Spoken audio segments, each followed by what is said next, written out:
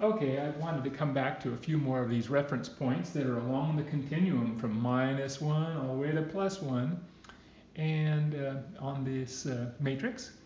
Undoubtedly, some shifts of where these different labels are placed on there. Remember, they're just pointers. And so I wanted to show you where I don't know. I'm putting I don't know just straight up in the middle. It's not a bad place. And then I put maybe over here closer to a more positive relative perspective. Maybe is open to unlimited possibilities. Now on the negative side, I've got exclusivity over here and certainty over here. These are blocked brains that really aren't open to too much. And I've got more examples, but first, let's consider the power of maybe. It's a real potential peacemaker. Maybe plus the Corinthian filter of don't sweat the details and let love lead. Maybe these combinations will bring out new possibilities for joyful coexistence, even amongst those different backgrounds who grew up with different feedback growing up. So let's take a short listen about the story of the word maybe as told by Alan Watts. It's only about 2 minutes.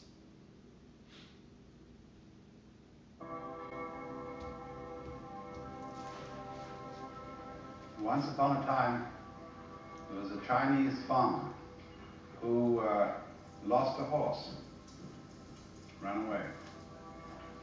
And all the neighbors came round that evening and said, "That's too bad."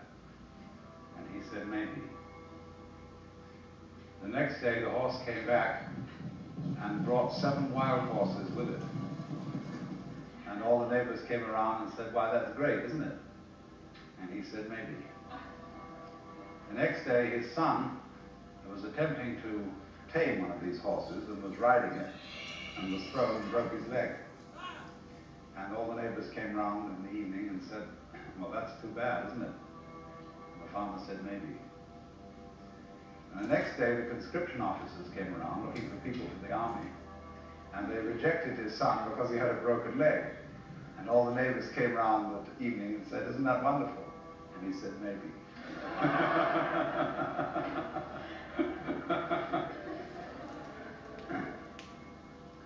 The whole process of nature is an integrated process of immense complexity, and it is really impossible to tell whether anything that happens in it is good or bad, because you never know what will be the consequences of the misfortune, or you never know what will be the consequences of good fortune. All right. Kind of fun perspective on maybe. It's not a bad place. Well, I think maybe is just all right. There's way better places, but it's not a bad start. Okay, now for Hal's continued education on how this continuum of minus to plus works, I'm going to present a silly story relating to one of today's homework assignments, which is for you to read the Butter Battle book to a child, or vice versa. And if you don't have one, go ahead and borrow one, but ask permission. So my little story is inspired by Dr. Seuss. Let me go ahead and put on my sign that was pinned on my crib at the hospital when I was just a baby. Here goes. Let me go ahead and get in character. You know, I'm quite certain that only those who butter their bread butter side up will enter the buttery gates of heaven and get to meet Bob, the butter prophet God, who represents the only true butter God and sits on the left-hand side of the bountiful butter fountain. Not only that, I know that those heathens who don't butter their bread butter side up will certainly be flambéed forever in the burning butter vats of hell. And this certainly rationalizes why it's okay for us to treat any non-believers to the full range of this evil dark side. So Hal, let me go ahead and just abbreviate this story as an example of any story that can get boiled down to we are right and you are wrong. And that goes right here. It's like our religion is better than your religion, for instance. So some of us will be hanging out over here for any number of reasons, and that's okay, because we are all part of the whole continuum. We can still love those closed-minded among us, We are all humans, and my guess is that we're always going to wobble to and fro on the continuum till the last days of our lives. And we all seem to change anyway every day. Now here's another related one for the matrix. The only constant appears to be change, which I'd place around here about a 0.7. Maybe it should go higher, but that's your job once someone gives us the first beta wobble matrix.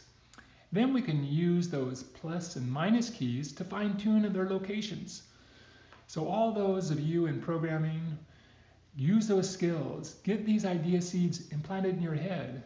It's okay if you don't know how to proceed right away, because at night, as you dream, the answers may arrive. So be ready for them. Have your pencil and paper handy. These seeds will grow and deliver to us possibly the most important technology ever invented.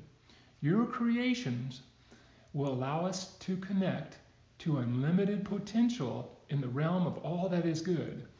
We just need a format to get started, and the matrix will get better with Hal's weeding and our guidance as we simply have fun boosting each other together.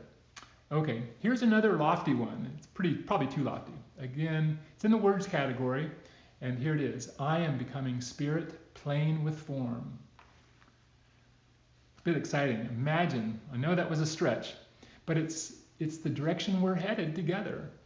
I also think this is important. The wobble plus or minus portion of the matrix is all an open source zone, which means we leave our egos behind as we enter this special zone. It's a sacred area where we are ascending with the assistance of those who came before us. And no patents, no lawyers are really allowed in this area. This is way too important. And if there's any profits to be made in this area, that's great. Like, we need logos and such. You come up with these ideas, and this is basically just a fun sandbox where you can play. And any of the toys you find, you are encouraged to play with and add your own added divine inspiration and share it then. Then someone else might elevate that. Likewise, any of us can be entrepreneurs. Go ahead and create beautiful stuff out of here, and just remember Uncle Albert's advice and just go for it.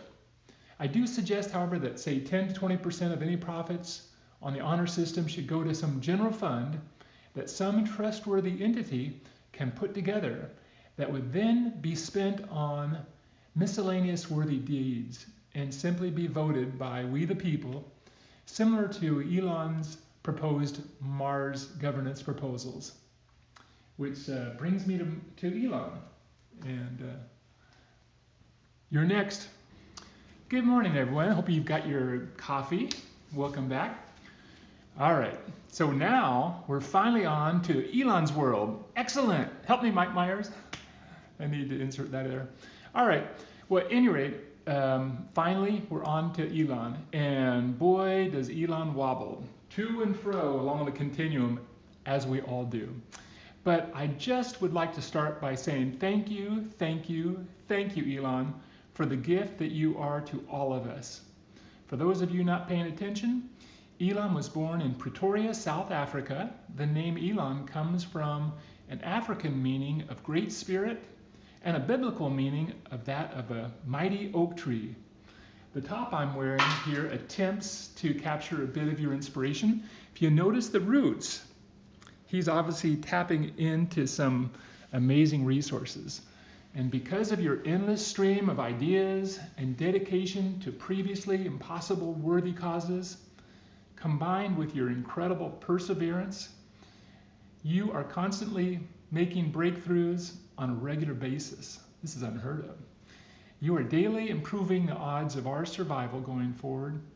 And we who are tuning in for this adventure are just thrilled to be simply living in your wake. And while I'm at it, I'd also like to say thank you to all of your team members who, with your vision, are constantly doing the impossible. It would truly be my privilege to one day be able to shake each and every one of your hands. I'm so really very proud of you all. So I'm going to be playing, as you noticed, a little excerpt from a recent long interview that Brother Elon did recently with Joe Rogan. And yes, everybody, this is your homework assignment. I want you to watch the full 2.5 hours. It's a long one, so maybe break it up in 2 nights or so. It's really just a very exciting real life movie. And you've got to admit that Elon knows a lot about trajectories. I'm guessing that he started SpaceX because he could see, as you all can now see, the trajectory that we've been having on. And it's obviously an ominous trajectory, and it's simply not sustainable. When you watch the interview, it's obvious he knows things are dire, and without a course change, he clearly thinks that our species is in danger and is worth saving. But pay attention in the interview.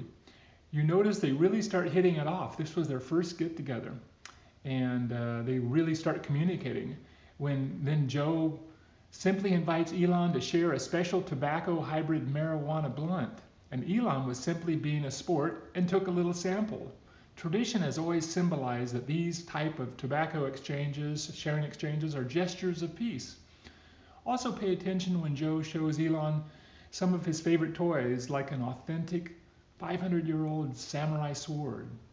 But after you view the full interview in context, then you need to contrast this riveting, insightful, and far-reaching great interview with the way it was depicted by the big oil-influenced media, who would rather risk everyone's peril for a small profit, or big profit, whatever the case may be. So guess what happened? After this amazing, insightful, far-reaching interview, I think you'll be impressed with, the stock actually crashed because of it. They were able to manipulate it. Elon in the media is being depicted as some type of evil genius. And while they got the genius part right, the evil, no way. He's the opposite of that. While I thought the interview was impressive on so many levels, these fat cats were successful in making the Tesla stock plummet. Even though they've been experiencing rocketing success with the latest Model 3, and Tesla has now the most successful and the safest cars, the cleanest cars in the world. This stock should be on fire. But now, Elon, I want to go ahead and switch back to more practical matters, at least as far as what we've been talking about. If we start seeing any traction building for this first of the kind, huge worldwide social experiment, then we're probably going to need a lot more Model Y exclamation point versions. The exclamation point is the symbol for fun. Ideally, this Model Y variant be a bit more basic, a bit more affordable, and yet still have all-wheel drive. The focus on this version is endurance and practical utility over speed. These vehicles would be especially equipped with multiple power outlets, or power plant on the go. The power will be needed to power things like the 4K projectors that will project out amazing content from the onboard matrix unit on the display, or lighting for live performances that will be streamed out live all around this awesome planet using your latest satellite link-ups. Of course, we'll be treading lightly and leaving our 2020 sites cleaner than we found them. In my opinion, this variant is going to be a must-have for every Subaru type, nature-loving type person such as myself. Just imagine the fun with the Model Y exclamation point, the wobble matrix inside that beautiful touchscreen display, where each point is a hyperlink where we can then join in on the action no matter wherever we happen to be in our new, clean, sun-powered, all-wheel drive electric vehicles. All right, let's go ahead and watch an excerpt from this milestone interview. It's millions of years or whatever it takes. If you're a multi-planet species, that would be amazing. if you're a multi-planet species, that's what we want to be. Legitimately, like air conditioned Great. Saturn. I'm pro-human. Me too. Yeah, me I too. love humanity. I think it's great. We're glad, as a robot, that you love humans, because we love you too, and we don't want you to kill us and eat us. And I mean, strangely, I think a lot of people don't like humanity and see it as a blight, but I do not. well, I think I think part of that is just they've been struggling. When people struggle, they associate their struggle with other people. They never internalize their problems. They look to other people as holding them back, and people suck and fuck people, and it's just, it's a never-ending cycle. but not always. Again, most people are really good. Most people, vast majority. This may sound corny, It does sound corny, but love is the answer. it is the answer. Yep. Yeah, it is. It sounds corny because we're all scared. You know, we're all scared of trying to love people, being rejected, or someone taking advantage of you because you're trying to be loving. Sure. But if we all could just relax and love each other, Wouldn't hurt to have more love in the world. it definitely wouldn't hurt. Yeah. It'd be great. Yeah, we should do that. Yeah, I agree, man. Really. How do you fix that? You have a love machine you work on? No, but probably spend more time with your friends and less time on social media. All right. Fantastic interview. You really got to see it. You might, for those who are starting to tune in, you might do this little extra credit exercise. Elon surfing the FUD storm.